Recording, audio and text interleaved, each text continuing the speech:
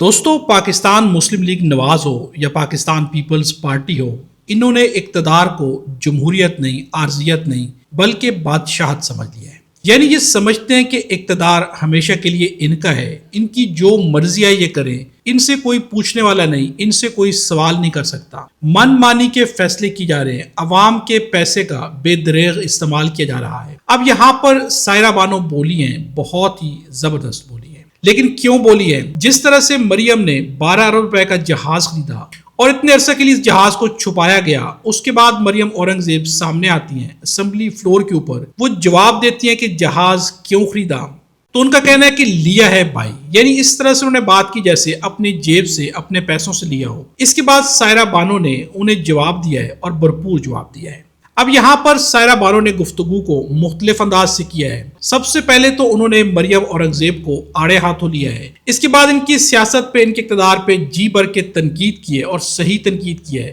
اور آخر میں ان کو ایک ایسا آئینہ دکھایا ہے اور یہ بھی بتا دیا کہ جس طرح سے اسرائیل ایک گریٹر اسرائیل کا پلان رکھتا ہے، اسی طرح سے پنجاب بھی ایک گریٹر پنجاب کا پلان رکھتا ہے۔ یعنی مریم نواز سمجھتی ہے کہ ہر جگہ پر پنجاب ہوگا، پورا پاکستان ہی پنجاب بن جائے۔ اب یہاں پر سائرہ بانو نے کیا کہا ہے، ان کی گفتگو آپ کو سناتے ہیں۔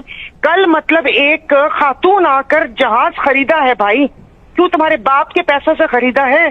اپنی ماں کے گردے بیچ کے تم نے جہاز خریدا ہے؟ کیا خریدا ہے تم نے؟ پھر ہمیں کہتے ہیں کہ یہاں پر پھر ہمیں بھاشن دیتے ہیں کہ بات یہ نہ کرو، کتنے قانون لے کر آئیں گے؟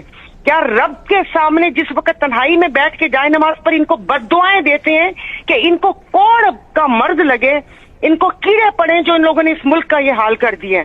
کیا اس کے اوپر بھی پابندی لگائیں گے؟ ایک منحوس آ کے بولتا ہے ان کے وزراء میں پچھلے دنوں یہاں سے ایم کیو ایم کا، ملک و قوم آپ کے ساتھ ہے۔ او بھائی نہیں ہوں میں ساتھ، جس وقت ملک و قوم کا نام لو اس میں سے سائرہ بانو کو مائنس کر دیا کرو پلیز۔ میرا پروگرام مت کاٹیے کہ دوبارہ اگر کسی نے بولا نا ملک و قوم آپ کے ساتھ کھڑی ہے، میں نہیں کھڑی، لکھوں گی میں کہ نہیں کھڑی، میں مجھے مائنس کر دیں۔ انہوں نے پاگل کر دیا کاشا، کوئی اچھے الفاظ نہیں ہے، یہ سامنے مل جائے تو شاید ہاتھوں سے ان کا گلا گھونٹ دیا جائے۔ شکلیں دیکھیں ان کی، ان کا پیٹ نہیں بھرتا۔ کون کون سا قانون، ایک پارٹی سے اتنا خوف اور ڈر ہے، مر جاؤ نا تم لوگ، ایسے ایسے قانون لے کر آ رہے ہو، کوئی محفوظ ہی نہیں ہے۔ یہ آپ مجھے بتائیں، ہم گریٹر اسرائیل کرتے ہیں، یہ گریٹر پنجاب کا منصوبہ بھی یہی ہے گریٹر پنجاب کا منصوبہ۔ اب سائرہ بانو نے جو بھی گفتگو کی ہے، آگے سامنے کھڑے ہوئے جو لوگ ہیں یہ کس قدر زیادہ نااہل ہیں۔ بلاول بھٹو نے کون سا کارنامہ انجام دیا؟ عمران شفقت صحافی ہے، پاکستان تحریک انصاف پر تنقید کرتے ہیں، لیکن اب جو ہے وہ پیپلز پارٹی کے بارے میں بھی بول اٹھے ہیں۔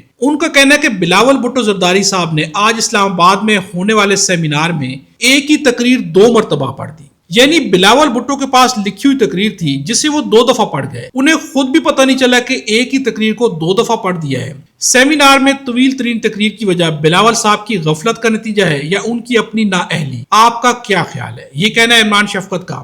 اب دوستو اس بات سے آپ اندازہ لگائیں کہ یہ لوگ کس قدر زیادہ نااہل ہیں کہ تقریر کو، لکھی ہوئی تقریر بھی انہیں سمجھ نہیں آتی، اسے بھی 2 دفعہ پڑھ دیا ہے۔ مریم نواز کی حالت بھی اس سے مختلف نہیں، مریم نواز بھی اس سے کہیں گئی گزری ہیں۔ یعنی ان کو اقتدار کی کرسیوں پہ اس طرح سے بٹھا دیا گیا جیسے یہ بادشاہ ہوں، اور یہ پاکستان کی رعایا کے ساتھ سلوک بھی ایسے کریں جیسے یہ بادشاہ ہیں، اور پوری کی پوری آگے جو قوم ہے ان کی رعایا ہے، ان کی محکوم ہے، ان کی غلام ہے۔